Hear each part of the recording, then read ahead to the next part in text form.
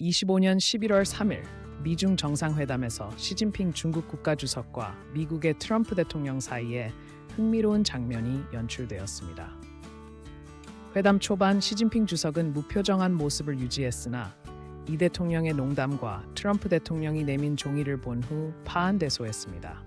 이 회담은 양국 관계의 새로운 전환점으로 평가받으며 중국 수행단도 미소를 지으며 긴장을 완화하는 모습을 보였습니다. 이집트의 대박물관이 드디어 개관했습니다. 이 박물관은 6천년의 문명을 집대성한 단일 문명 최대 규모로 투탕카멘 황금 마스크와 쿠프 목조선 등 대표 유물을 공개했습니다.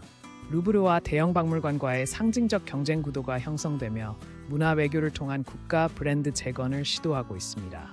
이번 개관은 이집트의 문화적 위상을 다시 한번 확인시켜주는 계기가 되었습니다. 일본 정부가 한국 공군의 블랙 이글스의 급유를 거부한 사건이 발생했습니다. 일본 측은 독도 하늘을 날았다는 이유로 역사상 처음으로 자위대의 급유를 취소했습니다. 이는 독도 비행 이력이 확인된 후 항의가 이어지며 결정된 조치로 한일 관계에 새로운 긴장을 초래했습니다. 일본의 이번 조치는 지역 안보에 미칠 영향이 주목됩니다. 중국의 선전이 차기 에이펙 개최지로 선정되었습니다. 시진핑 주석은 내년 11월 선전에서 회의를 개최하겠다고 발표했습니다.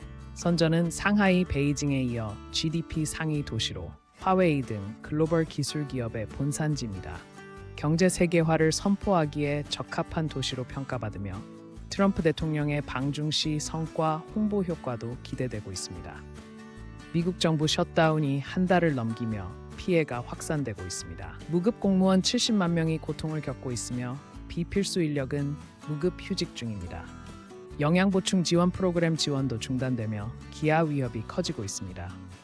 여야 대치로 하늘길이 막히는 등 국가적 혼란이 지속되고 있습니다. 이번 셧다운은 미국 역사상 최장 기록을 갱신 중입니다. 유럽연합이 새로운 기후 법안을 통과시켰습니다. 이 법안은 2030년까지 탄소 배출량을 55% 감축하는 것을 목표로 합니다. 각 회원국은 재생에너지 확대와 화석연료 사용 감축을 위해 구체적인 계획을 수립해야 합니다. 이번 법안은 기후위기에 대응하는 유럽의 강력한 의지를 보여주며 글로벌 기후행동의 새로운 기준을 제시할 것으로 기대됩니다. 러시아가 북극 항로 개발을 가속화하고 있습니다. 기후변화로 북극 해빙이 줄어들며 새로운 운송 경로로 주목받고 있습니다. 러시아는 이 항로를 통해 아시아와 유럽을 연결하는 전략적 이점을 확보하려 합니다.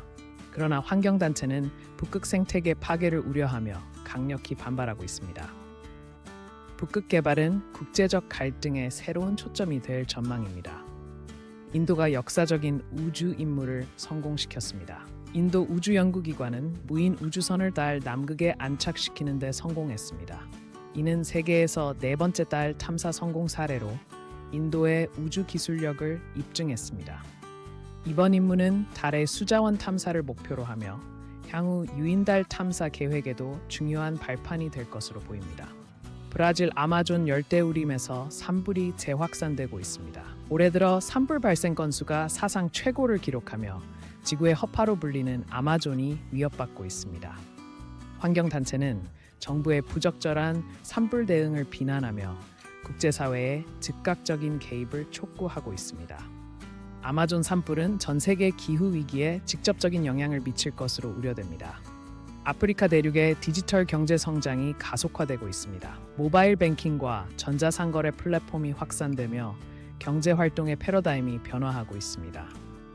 특히 케냐와 나이지리아를 중심으로 한 스타트업 생태계가 활발히 성장 중입니다. 아프리카 연합은 디지털 인프라 확충을 위해 2025년까지 50억 달러를 투자할 계획을 발표하며 이는 대륙의 경제 발전을 이끌 핵심 동력으로 평가받고 있습니다.